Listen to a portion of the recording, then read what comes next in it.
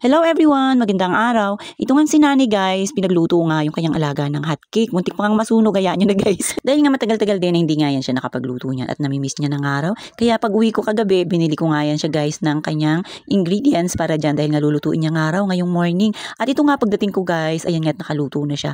At paglabas nga, itong si Yayam, siya yung unang-unang nakakita sa akin dito sa gate. Kaya itong si Nanay, hinihila niya na nga lang papunta dito sa gate. At yan nga guys, tingnan nyo at hindi pa ako nakakapasok. Iyan na, nakaangkla na. Nakasampa na siya dyan guys at si Nanay kinuha na nga lang yung aking mga daladalahan dyan dahil itong bulinggit hindi talaga papayag yan. Napapasok kami na hindi nga siya na-joyride. Kaya sabi nga ni Nanay, iikot ko nga lang, tingnan nyo nga at nakaharang pa nga kami dyan sa gitna dahil nga papasok na nga sana ako at itong si Yayam biglangan lumabas at buti na nga lang guys, iyan kami pa nga lang yung tao dyan dahil nga sobrang aga pa niyan. Siguro sa mga oras na yan guys 6 o'clock pa nga lang at ngayon nga pala Friday, yan nga may mga pumapasok pang mga bata dyan at saktong-sakto naman talaga na pag-uwi natin. Ito nga pala guys, nakita ko yung mga bata na nandito. Dahil yung mga bata na yan, yung kanilang nanay nga pala, nagtitinda raw pagka morning. At yung kanilang tatay naman, iwala nga daw na sa Cebu. Kaya yan, pagkaganyan yung mga anak natin guys, na walang nag-aalaga, talaga kung saan-saan yan nakakarating at talaga namang nakakaawa dahil nga wala silang mga nag-aalaga sa kanila guys. Kaya nandyan nga yan sila. Tingnan nyo nga, agang-aga pa. Pag-alis nga namin, in-interview pa nga ni Nanay dyan. Te, nakakain na kayo ay? Bakit wala ka muna na ni mama mo?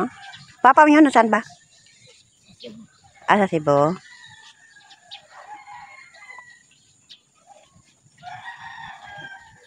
At yan nga guys, pagkatapos nga ni Nanay na mag-interview, ayan na nga, ang kaganapan pala kanina, dun sa taas, nung silang dalawa pa lang guys, at yan nga, tignan nyo yung batang ito, hindi rin talaga papahuli. Sasali at sasali rin talaga siya sa ginagawa nitong si Nanay. Tignan nyo nga at itong si Nanay, talagang pina-experience niya rin sa kanyang alaga. Ito yung paghahalo nga ng hot cake. Tignan nyo nga guys, nag-i-enjoy yan siya. At minsan nga, nagugulat na nga lang din kami kasi minsan guys, diba napapanood yan nila, kaya alam din nila kung ano yung mga gagawin sa mga ganyan. Kaya ayan, tignan nyo nga, enjoy na enjoy siya dyan guys. Pero dahil nga magluluto na si Nanay, yan na. Itong si Yayam na naman yung nag-adjust guys dahil nga may nakita na naman pala siya sa rep na pwedeng kainin. Sobrang aga pa nga sa mga oras na yan.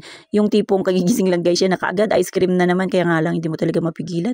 Kaya minsan tinutulungan ko na nga lang siya pagkagat niyan para lang madaling maubos. At baka nga sipunin, alam nyo naman yung mga bata ngayon guys, konting lamig lang or labas or mahamugan, talagang sisipunin yan. Kaya tingnan nyo nga, sobrang takaw na takaw siya dyan guys dahil nga masarap at minsan nga lang siya makatikim.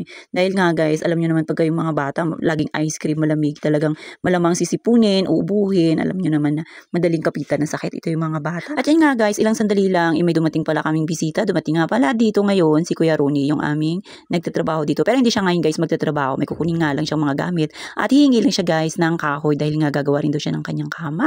At dahil nga guys, tignan nyo, ginawa niya kami ng kama kahapon, pwedeng nang gamitin at nilagyan na nga namin ng foam dyan para naman merong higa-higaan itong si Yayam pagka nandito nga sa baba dahil nga alam nyo na, sira na yung ating kubo.